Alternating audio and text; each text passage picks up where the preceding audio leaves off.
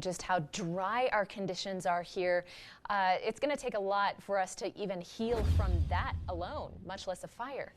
Oh yeah, I mean, that's a great point. And not only our state with fire going on across northern Colorado especially, but all across the Intermountain West, as our climate pattern for the last good 10 to 11 months has yielded very dry conditions, below average precipitation.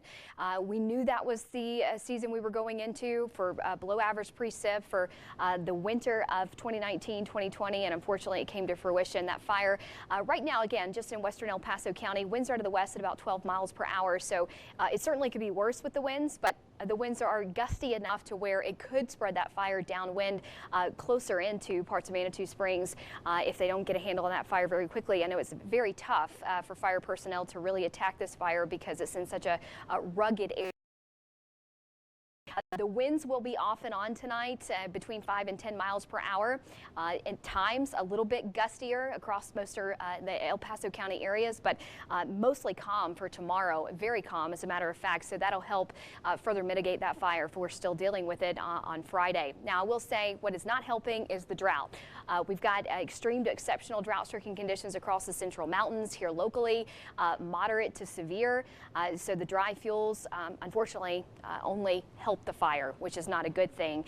So that is a concern across most of El Paso County right now. You'll notice high temperatures on Friday in the 80s and 90s, and let me make the point yet again because I'm going to make it.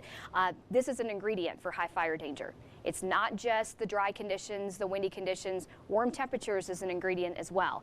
So we need a pattern change. We need the cooler temperatures, not just because I think most people prefer it to feel a little bit cooler this time of year, but also because it will help those conditions. Alongside that, we need the moisture. We will get a little bit of it with the system just south of the Gulf of Alaska.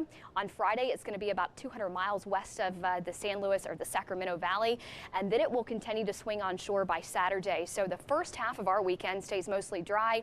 In fact, I think Sunday will stay mostly dry, and the front arriving Sunday afternoon and Sunday evening, but it will start to really spread moisture across the Intermountain West and parts of the Wasatch of Utah on Saturday afternoon, and then the front bringing in some increased winds and certainly some cooler conditions. This could increase the high fire danger before the cooler temperatures arrive just because of the increase in wind speeds.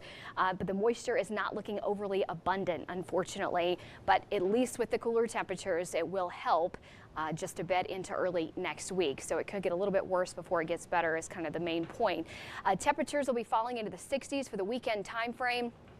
Pueblo into the 80s on Friday and Saturday, and then we start to see slight changes on Sunday and Monday. Right now, precipitation, again, is not something we're overly focused on because it's just not looking present with the track of the system. But I think the key message is certainly going to be the cooler trend or the more seasonal temperatures, especially by early next week.